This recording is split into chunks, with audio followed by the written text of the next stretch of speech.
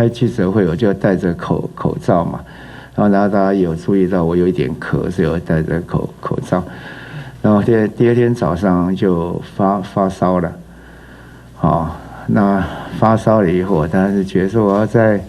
隔离呢，在家里隔离那还是怎么样？然后还是请教我们的专业人员，他是建议我说先裁剪一下，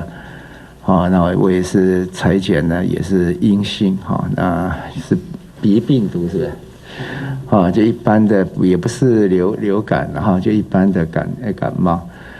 大家也问我说，你现在裁剪阴阳，我是说会突然又变阳不过这个可能性相对低了，因为我是有症状的裁剪如果是发病情，几乎是一定会验得出来所以请大家放心